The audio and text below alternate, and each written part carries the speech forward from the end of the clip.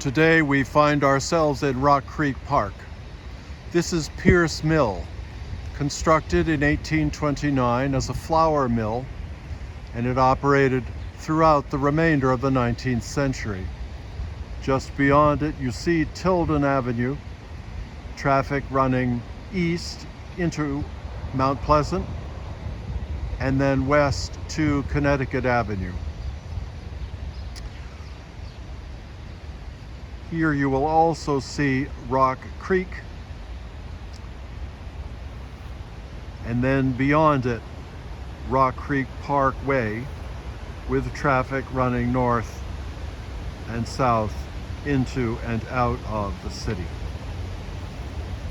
Today we reflect on the readings for the 30th week, Friday of the 30th week in Ordinary Time. It is almost Halloween.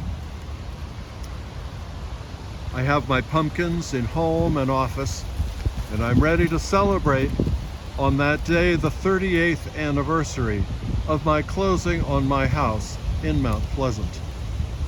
If you want a quick look at that old neighborhood, go to YouTube, then search for Holy Trinity Parish, then click on our parish's icon, then click on videos and look for my homily for St. Padre Pio from September 23 of this year. Toward the end of the video, you will see a sweeping shot of the row houses where the house formerly mine is located.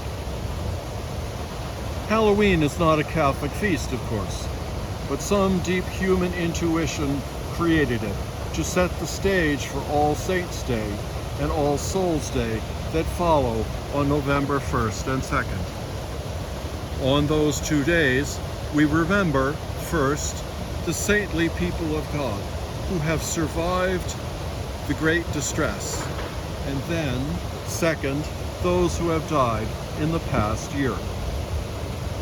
We picture them all having arrived at the throne of God to wash their robes white in the blood of the Lamb, as the reading from Revelations chapter 7 for All Saints' Day reminds us. Here is the message. Sin and moral evil are real, and they will destroy human joy and human flourishing if given the chance. Sin and moral evil can appear in all aspects of human life. Those aspects of human life that hurt individual people directly, in families, schools, the workplace, and church. Sin and evil can also appear in faceless bureaucratic institutions, insurance companies, medical facilities, banks with their self-serving policies, or government agencies with their rules and regulations. Then, too, we all encounter natural evil in its many forms. Hurricanes, droughts, physical ailments, and even aging in friends, in family, and in ourselves. Not always pretty. But somehow, by God's grace, we make it through each day, until the day when our Creator sends a legion of angels to carry us from these 3 dimensions through the 4th, 5th, and 6th dimensions, and finally into the Jth and the Nth dimension. At this point, the distinction between here and there is blurred until they become one reality. We can rightly say that loved ones are both there with God, standing before the throne of grace with legions of angels who went before them, and here, where we are, and where we hold them in feeling and in memory. For a visual portrayal of the Halloween All Saints, All Souls miracle, go to YouTube. Search for the animation of the Night on Bald Mountain from Walt Disney's Fantasia.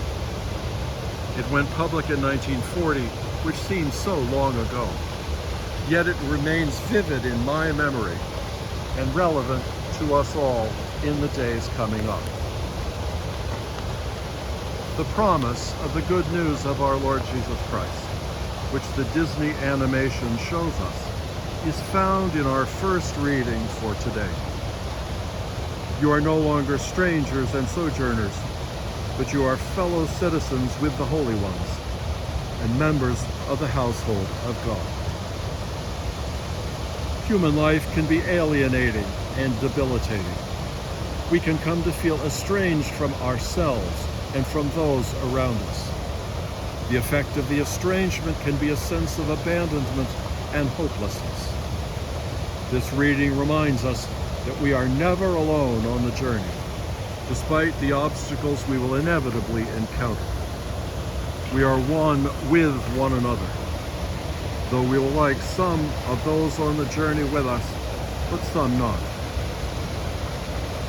And some will like us, and some not. But God, our Creator, has willed us to be fellow citizens who belong to a single household, that we can be at peace, despite whatever the Halloween realities of human life may be.